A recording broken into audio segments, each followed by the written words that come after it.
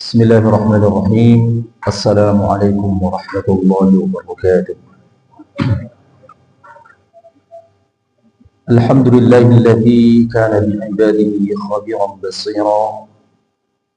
Tabarakalladzi ja'ala fis sama'i burujan wa ja'ala fiha sirajan wa qamaran munira. Ashhadu an la ilaha illallah wahdahu la syarika lah.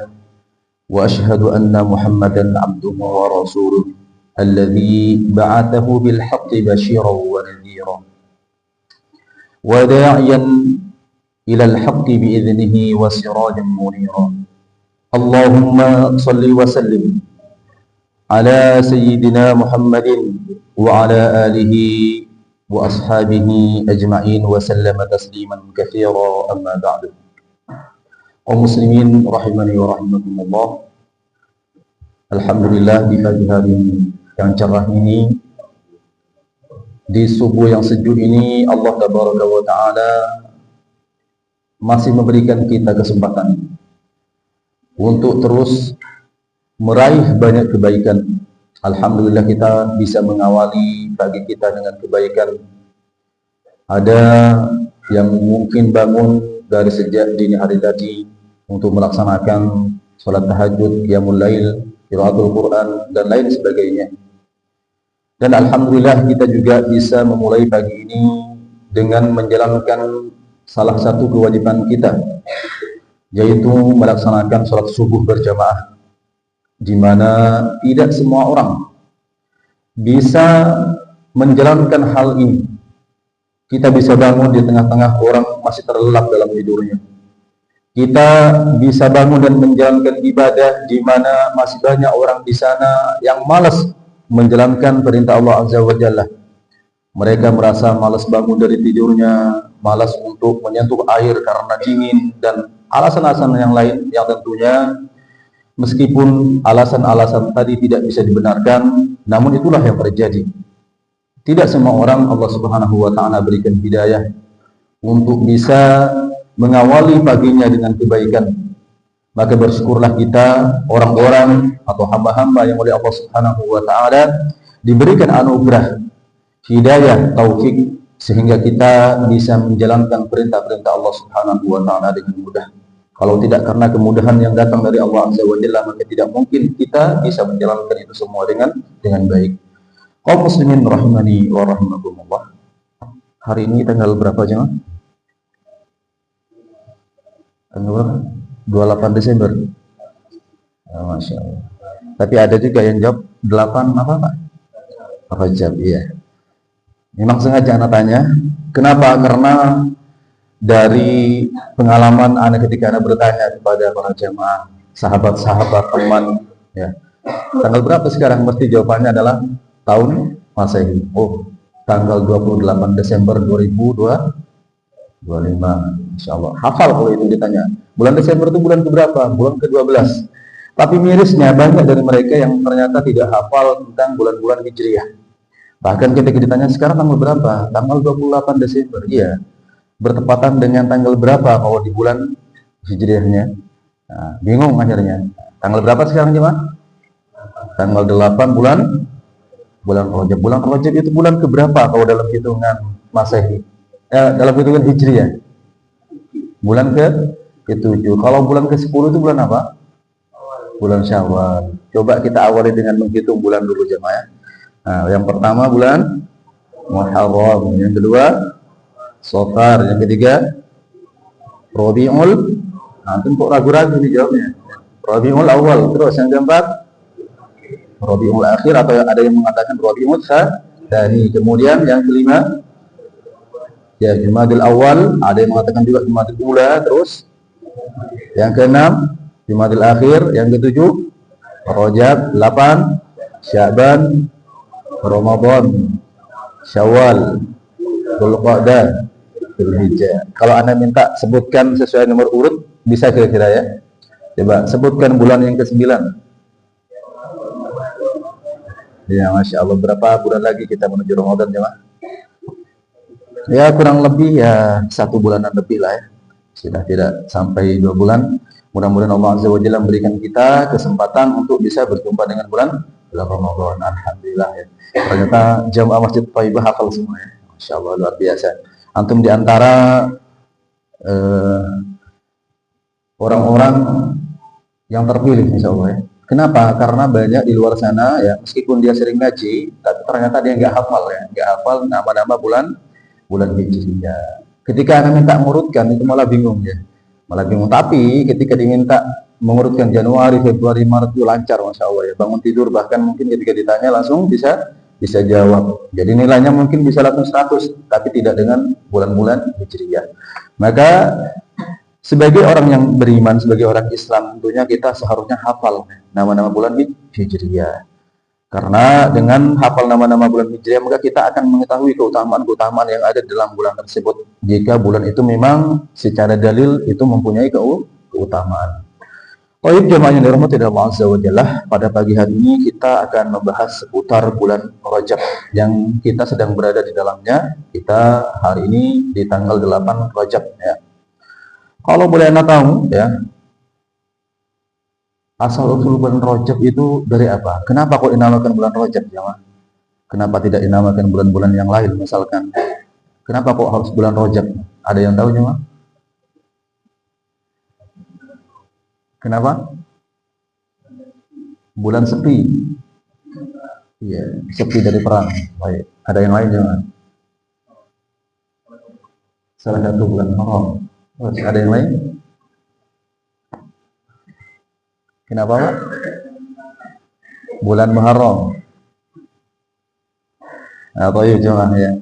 Ya enggak salah, alasan antum itu bagian dari alasan kenapa bulan ini dinamakan bulan Rajab. Ya salah satunya karena di dalamnya dilarang terjadi peperangan. Walaupun itu juga diperselisihkan oleh para ulama ya.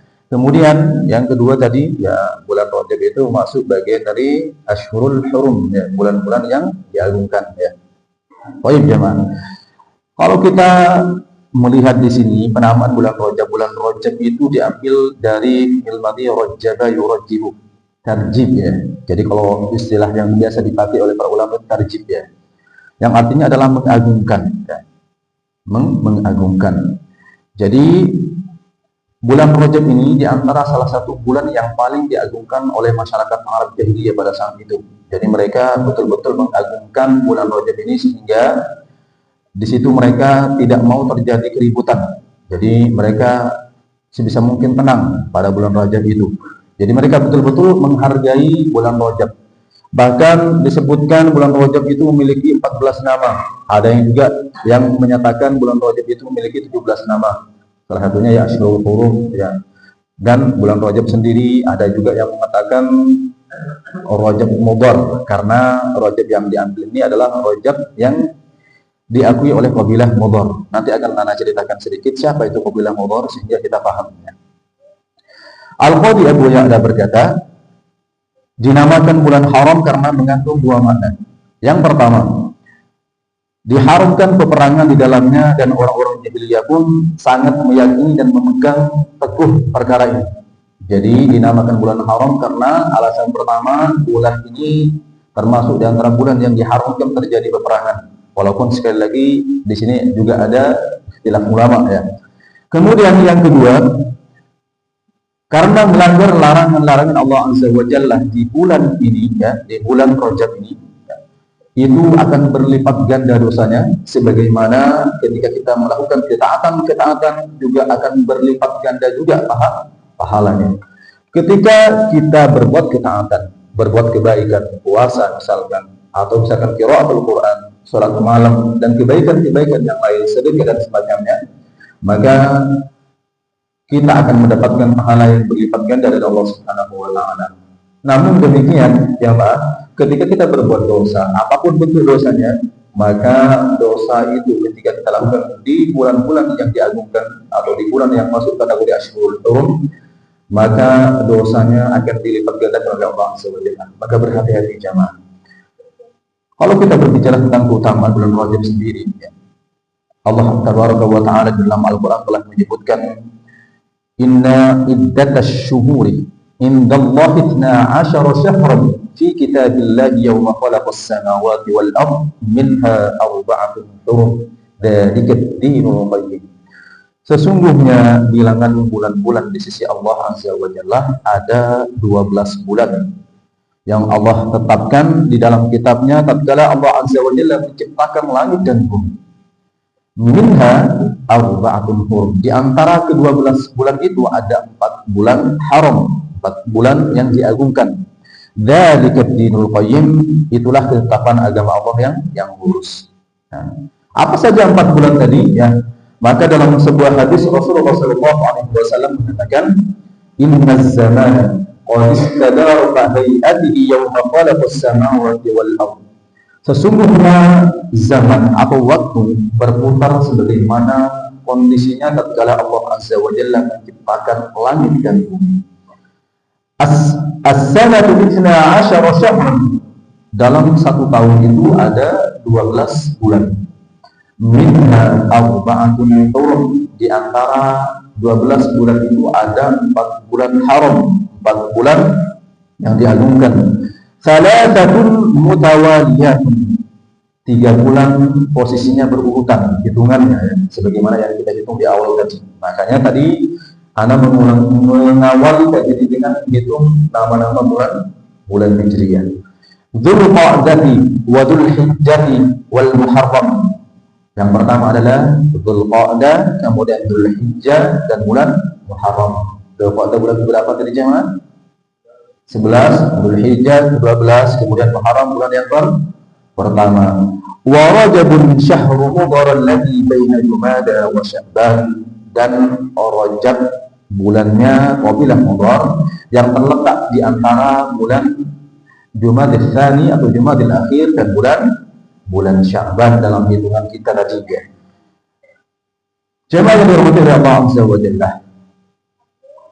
Kenapa kok di sini disebut dengan Rajabnya suku mudhar? Ya, jadi ketika menyebutkan di sini Rasulullah wa Rajabun syahru mudhar. Ya. Jadi Rajab yang dianggap atau dianut oleh kabilah mudhar. Kenapa jemaah? Ada yang tahu alasannya kenapa? Jadi di sini Rasulullah menegaskan Rajab yang dimaksud dalam hitungan bulan tadi yang masuk Asyhurul Hurum tadi adalah Rajabnya kabilah atau suku mudhar. Kenapa jemaah?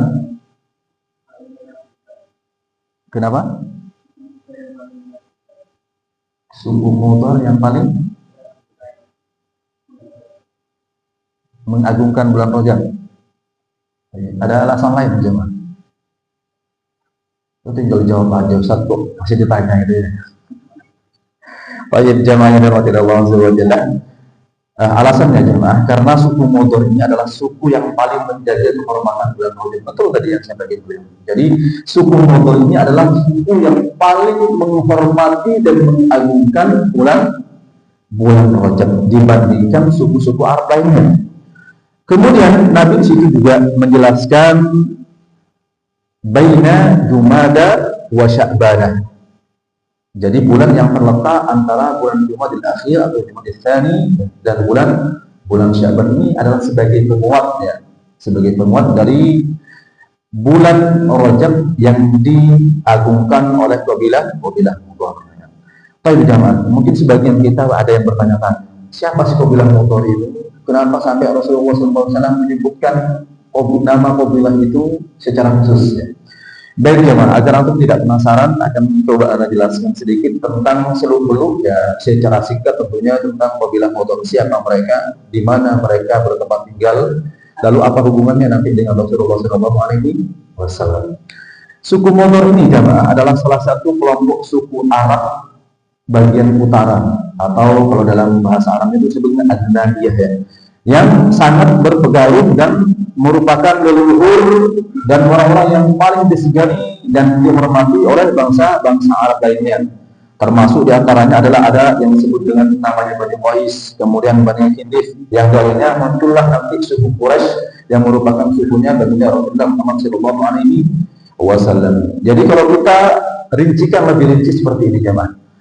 Leluhurnya namanya adalah Mudhar bin Nizar yang merupakan putra dari Nizar bin Ma'ad bin Adnan yang merupakan leluhur dari suku-suku Arab bagian utara. Kemudian cabang keturunan dari suku ini ya, ini menjadi dua konfederasi suku besar. Yang pertama Bani Qais Ailan, kemudian yang kedua Bani Fitis yang sudah Anda sebutkan tadi. Dari Bani Qais Ailan ini melahirkan setidaknya tiga suku besar. Yang pertama adalah Bani Sulaim, Bani Hawazin, dan Bani Namohan. Kalau aku membaca kitab-kitab sejarah, aku pasti pernah mendengar nama salah satu dari suku-suku yang sudah Anda sebutkan tadi. Jadi suku yang pertama ya, yang merupakan cabang dari suku Modor ya, yang tadi saya katakan menjadi dua cabang besar ya. Maka cabang yang pertama yaitu Bani Qais Ailan, ini ya, jamaah ya, Bani Qais Ailan yang menelurkan setidaknya tiga suku besar, yaitu suku Bani Sulaim, Bani Hawazin, dan Bani Ghatafan. Ada yang bisa ngulangi jemaah? Ini pelajaran sejarah yang paling susah untuk dihafal itu kalau menyebutkan nama orang dan nama suku. Nah, jadi memang susah untuk dihafal. Biar ingat gimana ya, sering dibaca, sering disebut ya. Coba anak sebutkan pelan-pelan ya. Anak enggak kira-kira yang bisa menyebutkan ya. Tapi anak enggak bawa hadiah cuma. Nanti enggak hadiah sama takmir ya. Baik jemaah. Suku yang pertama dari bagian besar suku Modor ini adalah Bani Qais Ailan ya. Apa aja mah? Oh iya. Dari Bani Qais Ailan ini lahir tiga suku besar. Satu. Enggak apa-apa, enggak urut, enggak apa-apa ayo. Satu, apa tadi? Ya udah anak ulangi lagi ya, nanti absen sebutin. Pertama adalah Bani Sulaim, Bani Hawazin, dan Bani Ghatafan. Sudah jemaah ya? Coba sebutkan ulang. Dari suku Bani Qais Ailan tadi lahir tiga suku besar. Satu Bani ya Sulaim, yang kedua ya Hawazin, yang ketiga Ghatafan. Masya Allah, luar biasa. Ternyata jamaah itu cerdas-cerdas ya. Antum kayaknya sering pelajaran sejarah ini kayaknya ya. Baik, anak izin ini dulu jemaah. Bismillah.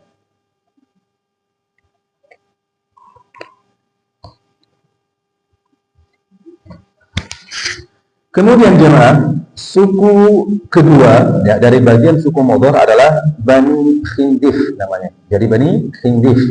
Dari suku ini melahirkan Bani Tamim, kemudian Bani Huzail, Bani Asad bin Huzaimah, Bani Kinanah, yang darinya muncul Bani Quraisy. Salah satu cabang dari Bani Quraisy itu bapaknya adalah Bani Kinanah. Nah, jadi Rasulullah SAW ya, dengan kita mengetahui silsilahnya, maka kita tahu ternyata kabilah Modor itu adalah leluhurnya baginda Rasulullah Muhammad SAW, yang munculnya dari siapa tadi? Bani Khindif ya. Kemudian Bani Khindif itu menelurkan beberapa kabilah atau suku, diantaranya adalah Bani Kinanah yang merupakan atasan dari Bani Quraisy atau suku Quraisy. Jadi hubungannya dengan Rasulullah, kaum Modor itu atau suku Modor itu adalah mereka adalah leluhurnya baginda Rasulullah Muhammad SAW, dan kaum atau suku Modor ini adalah orang yang paling menghormati bulan Rajab. Makanya Rasulullah dalam sabdanya mengatakan Rajab yang diagungkan oleh suku Modor. Nah, sudah tahu jemaahnya? Mungkin selama ini antum juga ya cuma pernah dengar hadisnya aja. Jadi bulan Rajab yang diagungkan atau diambil oleh suku Modor, tapi dia tidak pernah tahu siapa suku Modor itu, lalu apa hubungannya juga dengan Rasulullah SAW, sehingga Rasulullah menyebutkan suku Modor itu tadi. Baik jamaah yang dirahmati oleh Allah Azza wa Jalla, ada juga yang menjelaskan disebut Rajabnya suku Modor ya, untuk membedakan dengan bulan yang diagungkan oleh suku Rabi'ah. Jadi ada nama suku lain yang bernama suku Rabi'ah. Suku Rabi'ah ini mengagungkan bulan suci Ramadan, sehingga disebutnya bulan Rajabnya suku Modor atau kabilah Modor itu dalam rangka untuk membedakan dengan bulan yang diagungkan oleh suku Rabi'ah, karena suku Rabi'ah ini mengagungkan bulan apa jemaah? Bulan Ramadan. Baik, jemaah yang dirahmati Allah Azza wa Jalla. Kemudian anak ingin menjelaskan sedikit pandangan masyarakat jahiliyah terhadap bulan Rajab ini. Karena memang pembahasan kita adalah serba-serbi bulan Rajab, sehingga kita perlu tahu bagaimana masyarakat jahiliyah menanggapi keberadaan bulan Rajab. Lalu juga bagaimana Ahlus Sunnah wal Jamaah juga menanggapi keberadaan bulan Rajab, sehingga kita bisa memahami perbedaan keyakinan antara keduanya. Baik, jemaah yang dirahmati oleh Allah Azza wa Jalla, masyarakat jahiliyah sebagaimana yang sudah disampaikan dari tadi sangat menghormati keberadaan bulan Rajab. Ini bisa dilihat dari banyaknya acara-acara atau ritual-ritual yang biasa mereka lakukan di bulan Rajab. Salah satunya mereka terbiasa puasa khusus di bulan Rajab. Bahkan ada di sebagian riwayat itu yang dikatakan mereka sebulan penuh Rajab ini puasa full, ya. Kemudian di akhir puasanya mereka itu mengakhiri dengan sebuah sesembelihan yang disebut dalam istilah Arabnya itu atirah atau rojabiyah. Jadi atirah ini jamaah adalah sesembelihan yang dilakukan oleh masyarakat jahiliyah pada saat itu untuk dipersembahkan kepada sesembahan-sesembahan mereka setelah mereka berpuasa. Jadi jamaah, meskipun mereka berpuasa, meskipun mereka melakukan sembelihan, tentunya puasa mereka dan sembelihan mereka tidak sama dengan puasa dan sembelihan yang kita kerjakan.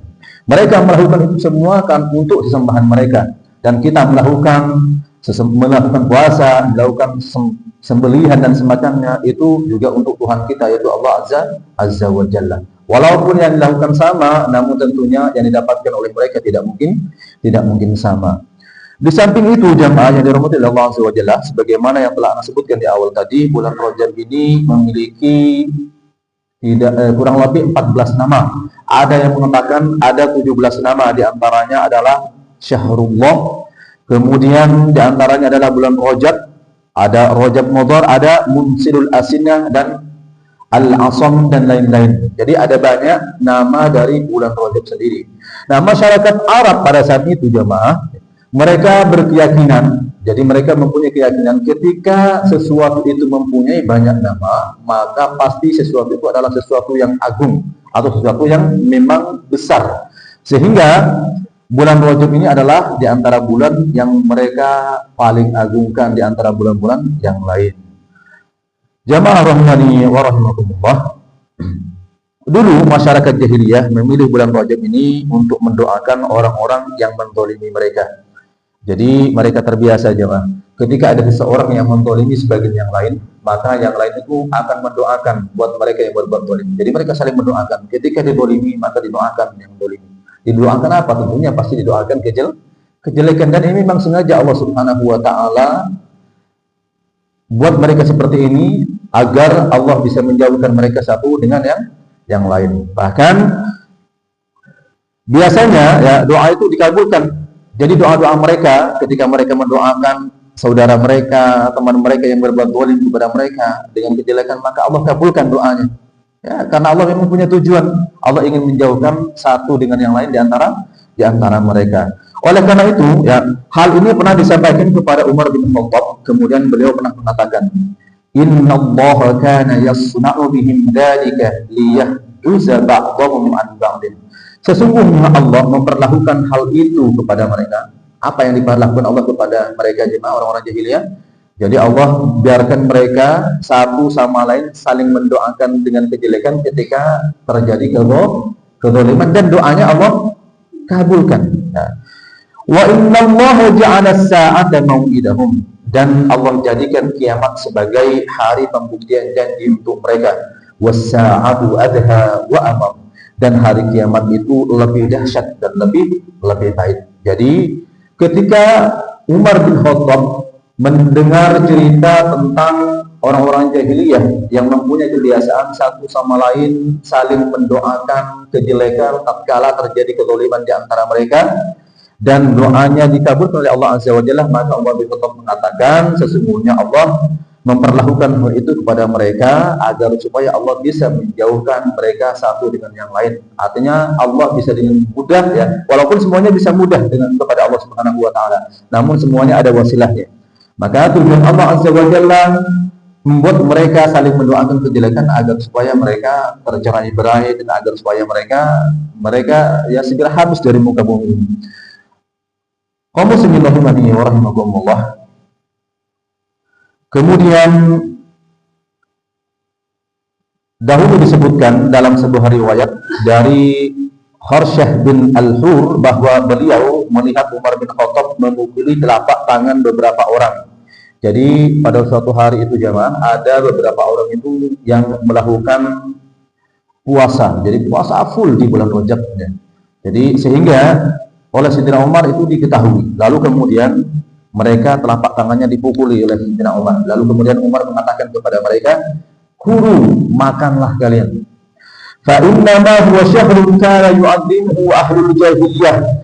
Karena dulu bulan ini maksudnya bulan apa ya, bulan Rajab adalah bulan yang paling diagungkan oleh masyarakat jahiliyah dulu. Di antara pekerjaan mereka itu, di antara amaliyah mereka adalah mereka berpuasa full di bulan Rajab. Maka seharusnya kalian sebagai orang beriman, orang Islam, menyelisih mereka makan. Bahkan dalam sebuah perintah itu disebutkan, okelah kita kalau mau berpuasa, puasa sehari ya. Puasa hari ini puasa, kemudian besok enggak, besoknya lagi puasa. Jangan kemudian kita sepanjang tahun puasa, karena badan ini juga memiliki hak.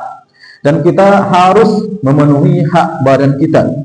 Sebagaimana badan kita ini juga memiliki hak untuk istirahat atau tidur. Maka tidak dibenarkan ketika ada seseorang yang sepanjang waktu dia melaksanakan ibadah, melaksanakan sholat, walaupun secara kasat mata hal itu merupakan kebaikan, tapi di sisi yang berbeda, di sisi lain dia telah mendolimi badannya sendiri. Kenapa? Karena badan itu juga memiliki hak untuk istirahat. Bahkan ketika kita dalam kondisi sangat capek, lalu kemudian kita buat badan ini istirahat, tidur, maka apa yang kita rasakan ketika kita bangun tidur? Tapi dengan catatan tidur kita berkualitas tentunya ya. Pastinya kita setelah bangun tidur kita akan merasa badan ini seperti direstas ulang ya. Jadi fresh ya. Kemudian kita seperti lebih bersemangat lagi untuk menjalankan aktivitas setelah itu, untuk menjalankan ibadah setelah itu. Makanya tidur itu termasuk bagian dari hak badan yang memang harus kita penuhi. Jangan karena kita merasa kuat lalu kita semalaman suntuk kita beribadah. Rasulullah adalah manusia yang telah dijamin masuk surga. Dosa-dosanya yang telah berlalu dan yang akan datang telah diampuni oleh Allah Azza wa Jalla. Tidak ada manusia yang lebih baik dari beliau dalam hal apapun, termasuk dalam hal beribadah. Tapi beliau beribadah, tapi juga tidur. Beliau berpuasa, tapi beliau juga berbuka. Tidak kemudian Rasulullah menyambung puasa dengan puasa tanpa adanya buka, karena itu akan mendolimi badan kita. Bisa jadi yang seharusnya badan kita dengan berpuasa menjadi kuat, yang terjadi bisa sebaliknya. Kenapa? Karena tidak ada asupan gizi, tidak ada asupan apapun, makanan, minuman yang masuk ke dalam tubuh kita. Sehingga yang terjadi tubuh kita akan melemah. Ketika tubuh kita melemah, maka tentunya tidak mungkin kita bisa menjalankan agama ini dengan baik. Bukankah Allah Subhanahu wa Ta'ala mencintai orang-orang yang kuat fisiknya, kuat imannya ya. Lalu bagaimana mungkin kita bisa mencapai kekuatan itu kalau kita ternyata tidak menjaga hak badan? Tidur, istirahat, makan ya. Itu adalah diantara hak badan yang harus kita perhatikan. Makanya kalau orang konsultasi kepada dokter, kira-kira orang sakit datang dokter, apa yang akan disarankan dokter? Istirahat yang cukup, makan yang cukup. Betul ya, Pak? Betul. Langsung datang ke dokter sakit, apa saran dokter? Ya perihal makan, perihal istirahat. Karena dua hal itu memang hal yang sangat diperhatikan oleh Rasulullah SAW sejak zaman dahulu. Bahkan dalam banyak hadisnya Rasulullah SAW juga menjelaskan tentang makan, tentang istirahat, tentang menjaga pola pikir. Karena itu merupakan modal utama kita menjalankan perintah Allah Azza wa Jalla. Kalau badan kita sehat, dengan cara memperhatikan asupan-asupan yang seharusnya masuk ke dalam badan kita, maka insya Allah Allah Azza wa Jalla akan memberikan kita kemudahan untuk dapat menjalankan perintahnya. Kaum muslimin rahimani wa rahimakumullah. Itulah tadi pandangan orang-orang Jahiliyah terhadap bulan Rajab.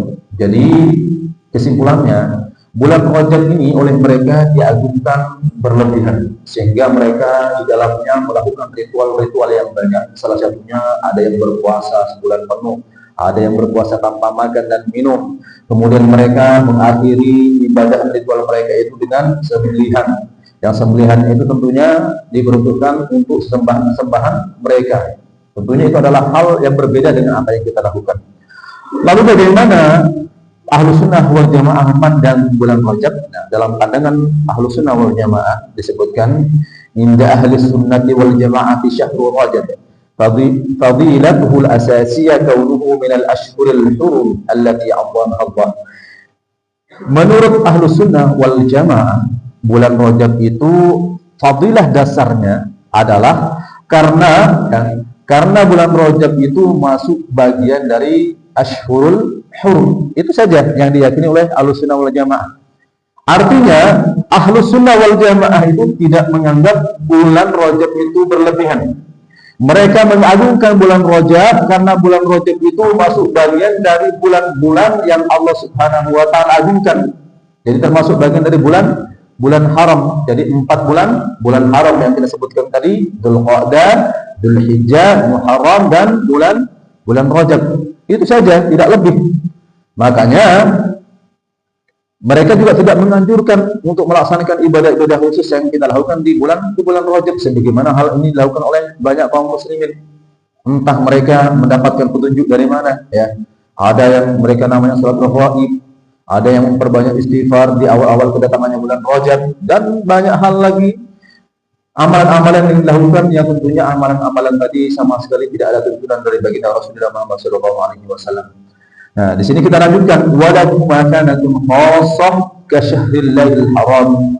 Dan bulan Rajab ini memiliki posisi yang khusus sebagaimana ini juga dimiliki oleh bulan-bulan haram lainnya.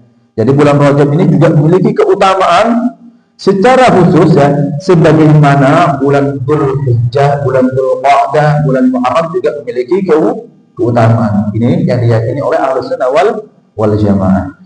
Kemudian wa huwa fursatun lil isti'dadir ruhi di Ramadan. Nah, seharusnya bulan Rajab ini bisa menjadi fursah. Jadi fursah itu kalau kita artikan dengan bahasa kita bisa menjadi waktu khusus buat kita yang mana waktu ini bisa kita persiapkan untuk untuk menjalankan peribadatan di bulan suci Ramadan. Artinya bulan Rajab ini adalah bulan kita melatih diri kita memperbanyak ibadah. Itu maksudnya, jemaah. Sehingga nanti ketika datang bulan Ramadan, maka kita sudah memasuki bulan Ramadan dengan siap lahir batin.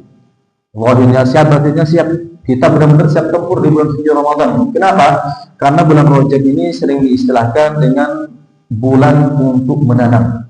Di bulan untuk menanam. Kemudian bulan Sya'ban itu sering diistilahkan dengan bulan untuk menyirami apa yang sudah kita tanam. Lalu kemudian bulan Ramadan itu sering diistilahkan untuk memanen apa yang sudah kita tanam di 2 bulan sebelumnya. Oleh karena itu, jemaah yang dirahmati Allah Azza wa Jalla, kalau kita melihat sahabat-sahabat Rasulullah, para salaf kita, ketika bulan Ramadan berlalu, misalkan mereka sudah berada di hari terakhir dari bulan suci Ramadan, apa yang akan mereka lakukan? Mereka akan berdoa selama 6 bulan agar supaya amalan-amalan mereka selama bulan suci Ramadan oleh Allah Azza wa Jalla diterima. 6 bulan pasca Ramadan mereka berdoa. Bayangin, 6 bulan mereka berdoa.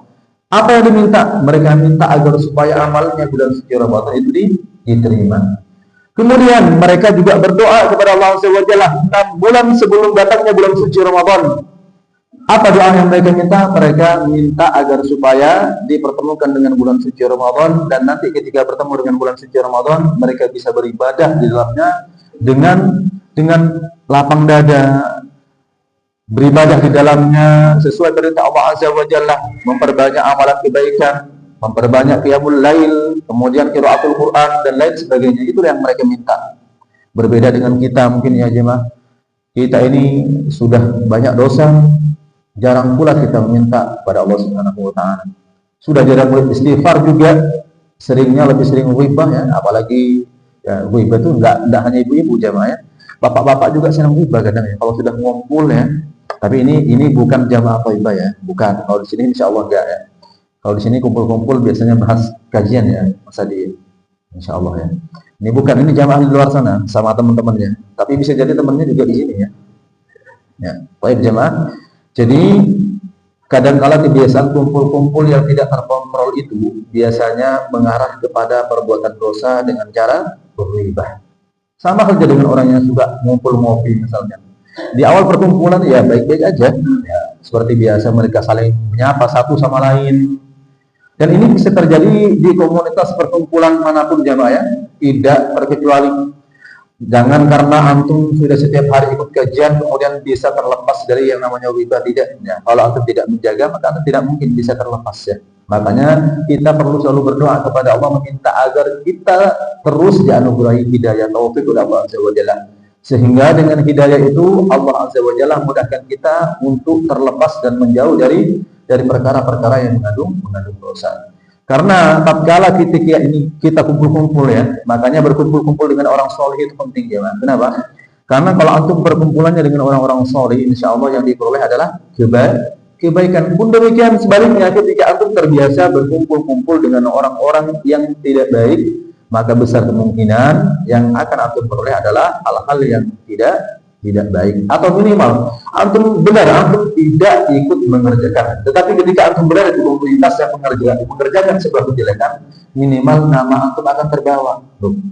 Dia loh kumpulannya mereka, ya pasti tidak akan jauh beda dengan mereka. Padahal kita tidak mengerjakan, tapi karena tampar kumpul kita adalah orang yang jelek, maka orang lain akan mengumpatkan kejelekan kepada kita.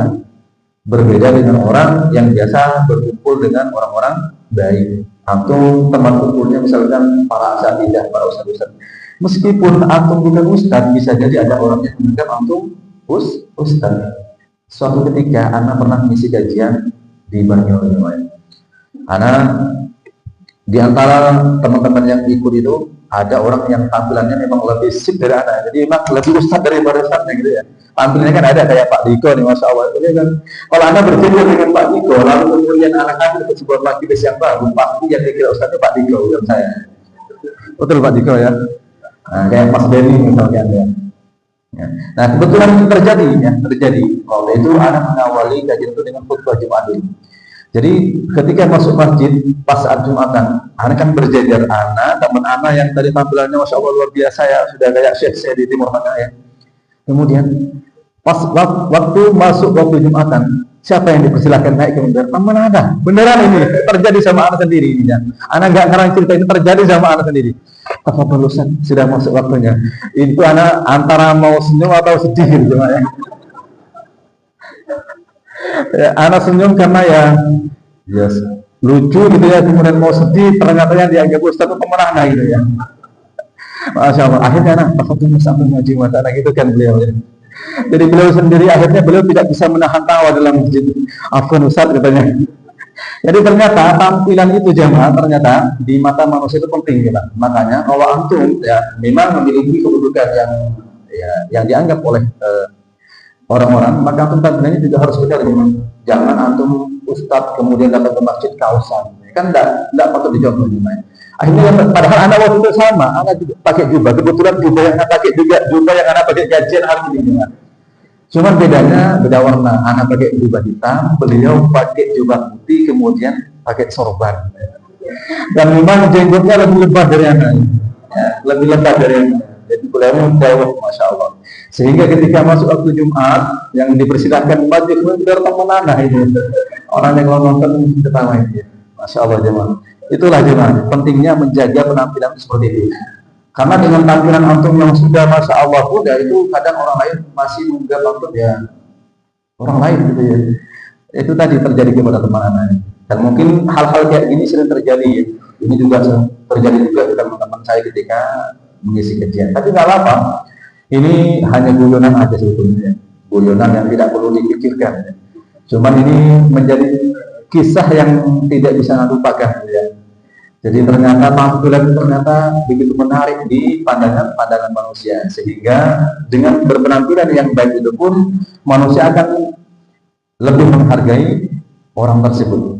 Jadi tampilan itu penting jemaah. Ya walaupun ya agama kita juga tidak mengharuskan antum untuk harus pakai yang ini lebih juga.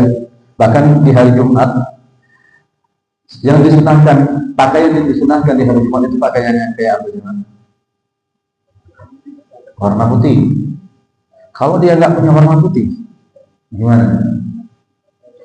Pakaian yang dianjurkan untuk dipakai di hari Id dan juga hari Jumat adalah pakaian terbaik yang kita miliki, bukan pakaian termahal ya.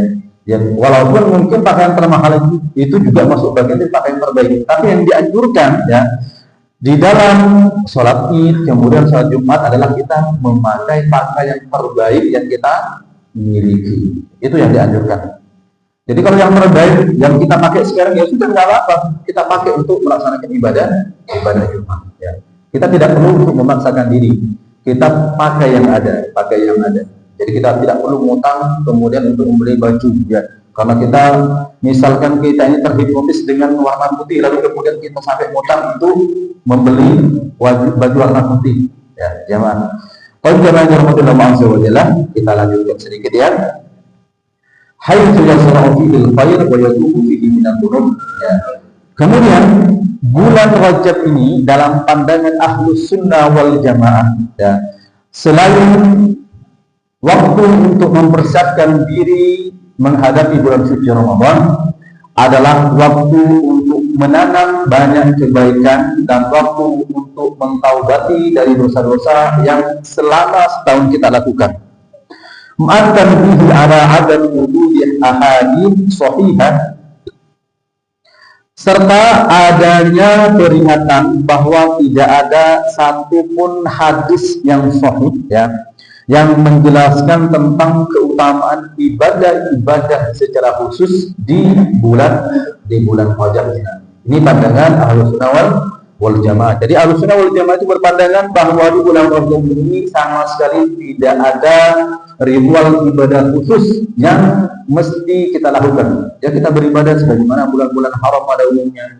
Kalau kita ingin berpuasa ya silakan berpuasa, tapi jangan kemudian puasa itu kita khususkan untuk kita laksanakan di bulan Rajab. Kalau kita mau berpuasa silakan berpuasa. Kalau kita mau qiyamul lail silakan qiyamul lail. Kalau kita mau qiraatul Quran silakan qiraatul Quran. Mau ibadah apapun silakan. Selama kita tidak menetapkan ibadah itu bagian dari ibadah yang harus kita lakukan di bulan Rajab. Kesalahan yang sering terjadi adalah orang melaksanakan ibadah di bulan Rajab dan amalan itu dianggap amalan yang mesti dia lakukan ketika masuk bulan Rajab. Salahnya di sini. Jadi ketika antum mau berpuasa, bahkan melaksanakan puasa di bulan Rajab itu dianjurkan sebagaimana menjalankan banyak puasa di bulan-bulan haram yang lain dan di bulan-bulan yang lain. Tetapi mengkhususkan puasa di bulan Rajab ini sama sekali tidak ada dalil khusus yang menunjukkan akan disyariatkannya puasa tadi. Sholat misalkan ada sholat khusus di bulan Rajab, tidak ada. Ya. Maka kita sholat seperti biasa. Jangan kemudian kita mengkhususkan sholat-sholat tertentu yang kita khususkan untuk kita lakukan di bulan Rajab. Tapi memang ada salah satu ibadah sholat yang biasa dilakukan oleh saudara-saudara kita atau saudara-saudara kita yang muslim ya, namanya sholat rawatib. Ada, kalau antum pernah dengar di bulan Rajab itu ada istilah sholat yang disebut dengan istilah sholat rawatib. Pernah dengar ya? Pernah? Ya, rawatib itu ada jelaskan ya. Jadi sholat rawatib itu jamaah adalah sholat yang dilaksanakan sebanyak 12 rakaat ya. Jadi 12 rakaat dengan 6 kali salam. Berarti setiap 2 rakaat salam ya. Jadi dia melaksanakan sholat 12 rakaat kemudian setiap 2 rakaat salam. Nah, artinya mereka salam 6 kali ya. Nah, kemudian jemaah yang dirahmati Allah Subhanahu wa taala, nah sholat ini biasanya dilaksanakan setelah sholat maghrib pada Jumat pertama dari bulan Rajab. Pernah dengar jemaah ya? Jadi kalau antum berada di, anak tidak mau menyebutkan ini ya, warna-warna tertentu ya. Intinya antum pasti pernah dengar ya, namanya sholat rawatib, dan sholat rawatib ini biasanya dilakukan oleh saudara-saudara kita ya. Nah, jadi sholat rawatib ini dilakukan di Jumat pekan pertama, Jumat pertama dari bulan Rajab yang jumlah rakaatnya 12 rakaat, setiap 2 rakaat mereka salam. Itu namanya sholat rawatib. Kemudian ada bacaan-bacaan khusus ya. Kemudian mereka membaca surat Al-Qadr 3 kali dan Al-Ikhlas 12 kali setelah membaca surat Al-Fatihah. Dan setelah selesai membaca sholawat Nabi 70 kali. Jadi mereka di sholat itu jemaah biasanya Setiap selesai surat Al-Fatihah, mereka akan membaca surat Al-Qadr 3 kali, kemudian mereka membaca surat Al-Ikhlas sebanyak 12 kali. Ya, so, luar biasa ini ibadahnya ya. Sholat 12 rakaat, setiap rakaatnya di Jumat pertama bulan Rajab, kemudian setiap rakaatnya setelah membaca surat Al-Fatihah, mereka membaca surat Al-Qadr 3 kali. Al-Qadr itu apa jemaah? Oh iya, anak yakin kalau jemaah itu pasti hafal ya. Inna anzalnahu fi lailatul qadar 3 kali. Kemudian setelah itu membaca surat Al-Ikhlas. Surat Al-Ikhlas hafal kan ya? Insyaallah itu yang paling dihafal Ustaz ya. Qul huwallahu ahad ya. Itu berapa kali jemaah? 12 kali. Nah, setelah selesai sholatnya, maka mereka akan membaca sholawat 70 kali ya. Itu yang biasa mereka lakukan. Kemudian mereka berdoa dengan doa yang mereka kehendaki ya, doanya bebas ya. Maka walaupun ini ada hadis yang membunyikan tentang hal ini, tapi di sini disebutkan bahwa rijalul hadisnya itu majhul, artinya tidak diketahui siapa orangnya, siapa yang membawakan hadis itu. Sehingga hadis ini disebut hadis maudhu yang haram untuk diamalkan. Makanya jemaah, hati-hati, kita harus berhati-hati ketika kita ingin menjalankan sebuah ibadah. Jangan sampai kita sudah capek-capek ibadah, tapi ternyata ibadah yang kita lakukan ternyata tidak ada dasarnya, sehingga yang kita dapatkan bukan pahala, tapi malah sebaliknya, yang kita dapatkan adalah sebuah dosa, termasuk ibadah yang tadi. Tapi jemaah yang dirahmati oleh Allah Azza wa Jalla, di sini kita lanjutkan. Kemudian di sini disebutkan bulan Rajab ini adalah bulan yang dianggap oleh Ahlussunnah wal Jamaah bulan untuk menjauhi dosa sejauh-jauhnya. Kenapa? Karena ketika kita melakukan perbuatan dosa dan maksiat di bulan Rajab, maka dosanya akan dilipat gandakan oleh Allah Azza wa Jalla. Sebagaimana Allah Azza wa Jalla melipat gandakan pahala amalan kebaikan. Maka sangat berhati-hati jemaah. Jauhi kezaliman, sekecil apapun kezaliman. Bukankah Allah Azza wa Jalla telah mengharamkan kezaliman ini terjadi kepada dirinya? Dan Allah telah haramkan kezaliman ini terjadi juga kepada kita hambanya. Inni haramtu dzulma 'ala nafsi wa ja'altuhu bainakum muharraman fala tadzalamu. Sesungguhnya aku telah mengharamkan kezaliman itu terjadi kepada diriku. Dan aku jadikan kezaliman ini haram terjadi di antara kalian, maka janganlah kalian saling menzalimi satu sama lain. Kezaliman sekecil apapun itu akan tetap berdampak dosa kepada kita. Dan setiap berdampak dosa itu sekecil apapun, pasti kita akan menyaksikan nanti di hari kiamat. Kita akan di akhir pasti akan menerima balasannya. Ada yang hafal dari menerima kebaikan sekecil apapun, kemudian kejelekan sekecil apapun, kita nanti pasti akan melihatnya. Ada di surat Az-Zalzalah. Ayo jamaah, sebutkan jamaah. Antum ana yakin jamaah Thaibah pasti hafal surat Az-Zalzalah ini. Ramai ya'mal mithqala dzarratin khairan yarah wa man ya'mal mithqala dzarratin syarran yarah. Barang siapa yang melakukan sebuah kebaikan sekecil apapun, maka dia pasti akan melihat kebaikan yang dia kerjakan nanti di akhirat. Allah pasti akan tampakkan kebaikannya sekecil apapun, dengan catatan kebaikan itu kita lakukan dengan penuh keikhlasan. Sebesar apapun, semenggunung apapun kebaikan yang kita lakukan, tapi kebaikan itu sama sekali tidak kita lakukan dengan penuh keikhlasan. Artinya ketika kita menjalankan kebaikan itu agar supaya orang lain menganggap kita ahli ibadah. Ketika kita sholat, agar supaya orang lain melihat kita orang yang rajin melaksanakan ibadah sholat. Ketika kita berpuasa, agar supaya orang lain melihat kita orang yang rajin berpuasa. Ketika kita membaca Al-Quran, semata-mata karena agar supaya orang lain mengatakan kita sebagai seorang qari. Maka kalau ini yang terjadi kepada kita, di sini sudah tumbuh benih-benih riya dalam hati kita. Dan riya itu bisa menghapuskan, bisa menghilangkan seluruh pahala kebaikan yang kita lakukan sebesar apapun. Maka berhati-hati dengan riya. Ketika sudah muncul riya, muncul rasa ingin diakui oleh manusia, maka segera perangi rasa itu. Karena kalau itu kita biarkan bisa menjadi penyakit hati, bisa menjadi penyakit yang kemudian bisa menghabiskan seluruh pahala amalan-amalan kebaikan kita. Makanya kebaikan yang akan kita lihat nanti di akhirat adalah kebaikan yang kita lakukan dengan penuh keikhlasan. Selain itu kebaikan itu juga ada dasarnya. Meskipun kita ikhlas mengerjakannya, tapi tidak ada dasarnya, itu juga tidak mungkin diterima oleh Allah Azza wa Jalla. Karena di antara syarat amalan itu diterima ada dua. Pertama, ada dasar dari baginda Rasulullah Muhammad SAW yang menunjukkan kalau amalan itu valid, amalan itu memang pantas untuk dikerjakan. Kemudian kedua, selain ada dasarnya, kita juga harus menjalankan ibadah tadi atau amalan tadi dengan penuh keikhlasan. Meskipun sudah ada dasarnya dari Rasulullah SAW, sudah ada dalilnya sahih di dalam Al-Quran bahkan sudah dijelaskan, tapi kita lakukan tidak dengan ikhlas, maka juga akan menjadi hal percuma buat kita. Kita capek saja di dunia, tapi di akhirat kita tidak mendapatkan apapun. Makanya menjaga hati, menjaga keikhlasan itu tidak mudah ya, menjaga ikhlas itu tidak mudah, susah. Makanya kita diminta untuk terus berdoa, meminta kepada Allah Subhanahu wa Ta'ala. Ya muqallibal qulub, tsabbit qalbi ala dini. Ya musarrifal qulub, tsabbit qalbi ala taati. Ya Allah, tetapkan hatiku dalam ketaatan kepada-Mu. Ya. Kenapa? Karena hati ini gampang sekali berbolak-balik. Ada kita merasakannya. Mungkin ini bukan orang yang mungkin tidak ya. Pagi hari jadi Masya Allah luar biasa rajinnya ya. Dari dini hari kita bangun rajin beribadah. Ternyata sore hari sudah malas beribadah, malas datang ke masjid, malas baca Quran. Itulah hati tidak bisa kita tebak. Makanya kita harus terus bisa menjaga hati itu berpikir keikhlasan. Keikhlasan itu adalah sesuatu yang mesti kita paksakan. Harus kita paksa dan harus kita perangi. Ketika muncul benih-benih riya dalam hati kita, itu harus segera kita basmi dengan kita memerangi. Karena ketika muncul riya, ibadah kita tidak ada gunanya.